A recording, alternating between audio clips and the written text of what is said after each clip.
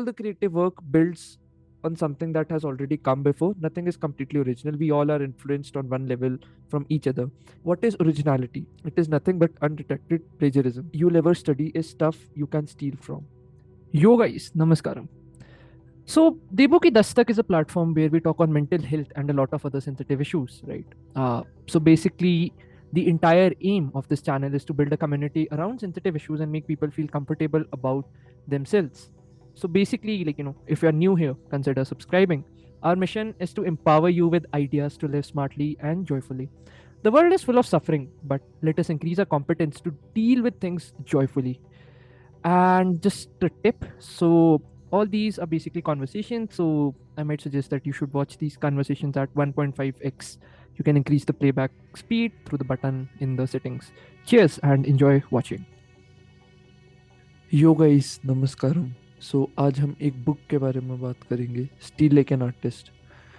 So basically someone had reached out to me recently and he had said like हमें time ही नहीं मिलता books पढ़ने का. So I thought it might be a good exercise that, like, whenever I read a book and I kind of break it down chapter wise and just share some of the core learnings from that book, so that at least you get a high level idea of what that book actually is and you don't miss out on great things. ठीक है. तो आज हम शुरू करते हैं basically that in order to become an artist, what are some specific steps that you do? So in one word, it's like stealing. So the first question is, like, you might ask that how to look at the world like an artist. So basically अगर आपका एक ये mindset होगा कि जो भी मिल रहा है मेरे को या जो भी मेरे को एक डीपली चीज इम्पैक्ट करती है, I must make a directory for my own self and then kind of just like take those references and then just keep it at that one place. So like everything should be up for grabs. You should not limit yourself by thinking oh मैं ये चुरा रहा हूँ ये नहीं चुरा रहा हूँ, because every artist जो भी आज आप देखते हैं जिसको भी सुनते हैं देखते हैं, they have become that person because they stole immensely from their inspiration and then gave it their own touch, gave that thing their own touch. If you don't find something worth stealing today, you might find it worth stealing tomorrow or a month or a year from now. There's this one quote from the book: the only art you'll ever study is stuff you can steal from. The second point is that you might see all these artists as being very original, and sometimes these artists themselves claim that they're very original. That's bullshit. Nothing is original. So there's this author called Jonathan Littman. He said that when people call something original, 9 out of 10 times, they just don't know the references or the original sources involved. So, all the creative work builds on something that has already come before. Nothing is completely original. We all are influenced on one level from each other. Even the Bible says it, that I quote, like, there is nothing new under the sun. And there was this French writer, Andre Gide, who put it that, like, everything that needs to be said has already been said, but since no one was listening, everything must be said again. Now, there's a subtle difference which I would like to bring out between hope and sadness. Uh, so, like hearing this, some of you might feel sad कि यार मतलब जो भी मैं बना रहा हूँ, it's not original. So, like you just have to switch that perspective a little bit, because you see there are so many sources of references out there, and instead of looking at them from place of sadness कि यार इन्होंने सब तो बना दिया मेरा क्या ही point है, look at it from a source of hope that ठीक है इतनी ज़्यादा sources and inspirations, if I take something from all of them like 1% and mix it in my own unique way, something new would come out. So you should embrace your influences and be fully involved with them rather than running away from them. William Rolf Inge says that what is originality? It is nothing but undetected plagiarism. So the third point is like every new idea is just a mashup or a remix of one or more previous ideas. So let's take an example of genes, in which like you yourself are a product of your mother and father, like they contribute to you as a person. So Goethe also famously said this, that like we are shaped and fashioned by what we love, and Jay-Z said that like when we were kids without fathers, so we found our fathers on bags and on the streets and in history. We got to pick and choose the ancestors who would inspire the world we were going to make for ourselves.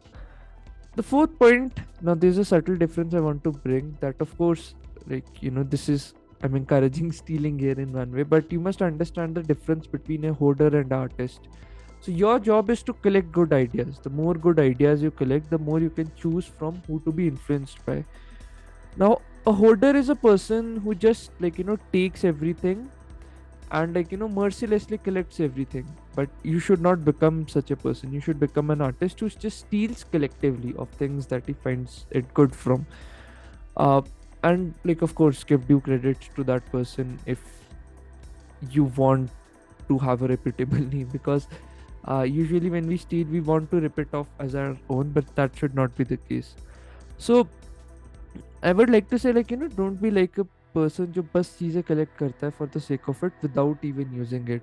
Collect as much as you can, but be mindful and minimal. So you can use this famous 80-20 rule that, like, just collect those 20% major things that would impact 80% of your work.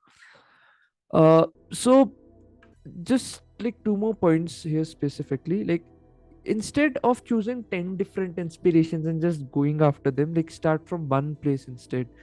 Even if you study one artist or author or thinker deeply, that would put you ahead, like, by 99% of the people, because most people don't take the time to just even read one book to its completion, forget about, like, one author or studying one person deeply. So I remember during my yoga classes, one of my yoga teachers had told me this distinctly, that if you read one person, then you usually find 3 to 5 people he was inspired by.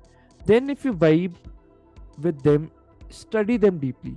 In the end, you would reflect them through your own being. The good thing about dead artists is that, like, no one is stopping you to be their intern.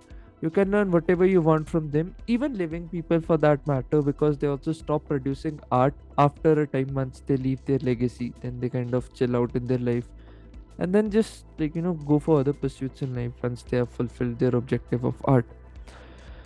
The final point which I would like to give out is, like, don't kill your curiosity to try to fit in into a social system, because we are a collectivist culture. We think that ठीक है, जैसा हमें बस fit in होना है पूरे समाज में, like, don't do that. It always would kill your curiosity and you would not become an artist. Experimentation and exploration is the key. You have Google at your hand, right? Google the shit out of everything you want to know deeply about. So don't worry about doing research. So if we break it down, it basically means re/slash searching. So you're already searching something that already existed. Let's say if you search it in a way that no one has ever done it so before in the past, you might give a new perspective to the world that would change it. So, like, don't be fearful of, like, they just trying to fit in. Like, always pursue your curiosity for that matter. I would just like to end with these two quotes from two specific people. So one is from Mark Twain. He says, "It is better to take what does not belong to you than to let it lie around neglected." The second quote is from David Bowie. He says that the only art I'll ever study is stuff that I can steal from. So, yeah, that is like a summary from chapter 1 of Steal Like an Artist. So, I'll make a detailed summaries of all the chapters. I think there are roughly around 10 to 12 chapters in this series, and link it in a playlist so that you can just kind of go through them all at once and just kind of give perspective. Like, it would help you to give perspective in life. So, yeah, that's a small video for today. Let me know what you feel about it. This is Debishish Pindra from Debukidastak signing off. Cheers.